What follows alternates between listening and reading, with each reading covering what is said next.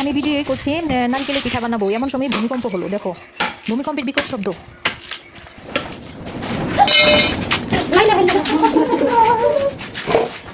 ভয় পেয়ে বাচ্চাদেরকে নিয়ে বাইরে চলে গেলাম। এখন দেখো ভয়টা কাটিয়ে আমি আবারও নারিকেলটা ছুলিয়ে নিয়ে এসে এখন ফাটাচ্ছি। এই তো দেখো নারিকেলটা ফাটিয়ে নিলাম। আসলে যখন ভূমিকম্পটা হলো প্রচুর ভয় পেয়েছিলাম, কিন্তু কি করব, তারপরে ভাবলাম যাই হোক, বাচ্চা পিঠা খেতে চেয়েছে, ভাবলাম পিঠাটাই আগে বানিয়ে দিই। এই তো দেখো আমার নারিকেলটা কুড়ানো শেষ। এখন আমি চুলায় জাল ধরাবো। এই তো দেখো চুলায় জাল ধরিয়ে নিচ্ছি। কড়াই দিয়ে দিলাম। কড়াইয়ের মধ্যে আমি সামান্য একটু পরিমাণে পানি দিলাম, বেশি পানি দিব না, যেহেতু অল্প পিঠাই বানাবো।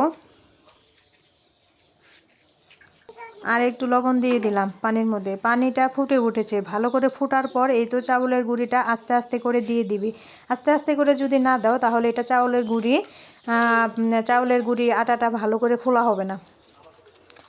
এই তো দেখো আমি আস্তে আস্তে করে নেড়ে নিচ্ছি।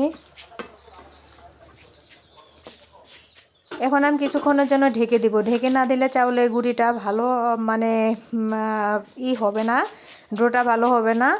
তারপর একটু পরে এটাকে নামিয়ে নেব। এই তো নামিয়ে নিলাম। এখন আমি দেখো এখানে 2.5 কেজি দুধ ছিল, 2.5 কেজি দুধটা জাল দিয়ে অনেক ঘন বানিয়ে ফেলেছি। ঘন পিঠাটা আসলে ঘন দুধের পিঠাটা অনেক মজা লাগে। তার জন্য আমি দেখো চুলার মধ্যে এখন আস্তে করে দিয়ে রাখলাম, যাতে একটু একটু করেই হোক আমি আর পিঠাগুলো এখন বানিয়ে নিচ্ছি।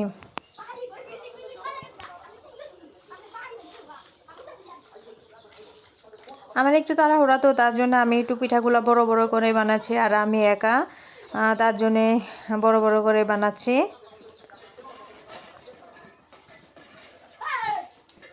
আমি মাঝে মাঝে দুধটাকে নেড়ে চেড়ে দিচ্ছি যাতে নিচে না লেগে যায়।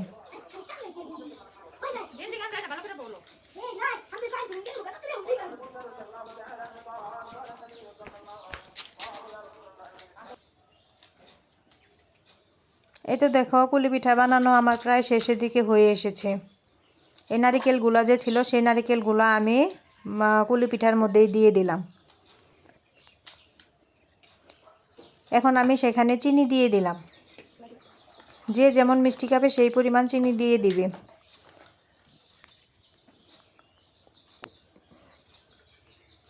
এই তো দেখো দুধটা জাল দিতে দিতে অনেক ঘন হয়ে গেছে, আর এখন দুধটা দেখো এই যে ফুটে উঠেছে। এখন আমি পিঠাগুলো একবারে দিব না, আস্তে আস্তে দিব।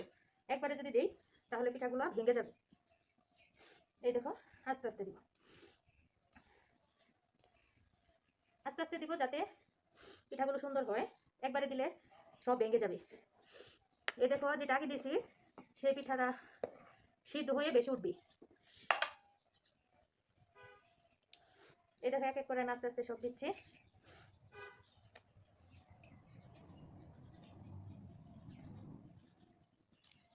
এই দেখো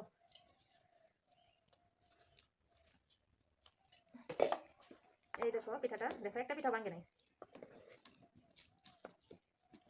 আর গন্ধের জন্য মানে একটু মানে গ্রান করবে, তার জন্য এই যে আমি একটু দারচিনি দিয়েছিলাম। আরেকটা কথা হলো, এই তো দেখো এই দুধের মধ্যে সামান্য একটু চাউলের গুঁড়ি এমনি করে দিয়ে দিব। যদি দিয়ে দাও তাহলে তোমার একটু ঘন হবে, পিঠাটা খেতে অনেক মজা লাগবে। এই দেখো আমি একটু একটু করে দিয়ে দিলাম, দেখছো?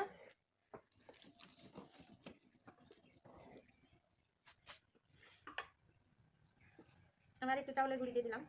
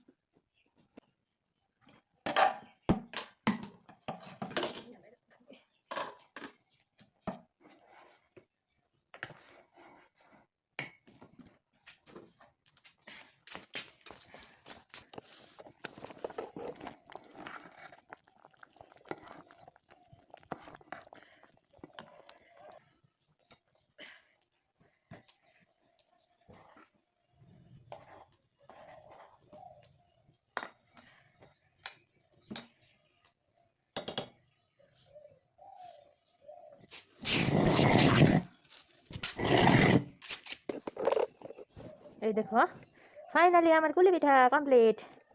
দেখছো কত সুন্দর, এটা খেতে কিন্তু অনেক মজা লাগবে। দেখো এই তো ঘন ঘন হয়ে এসেছে না, এটা ঠান্ডা হলে আরও অনেক ঘন হবে, তখন খেতে অনেক টেস্টি।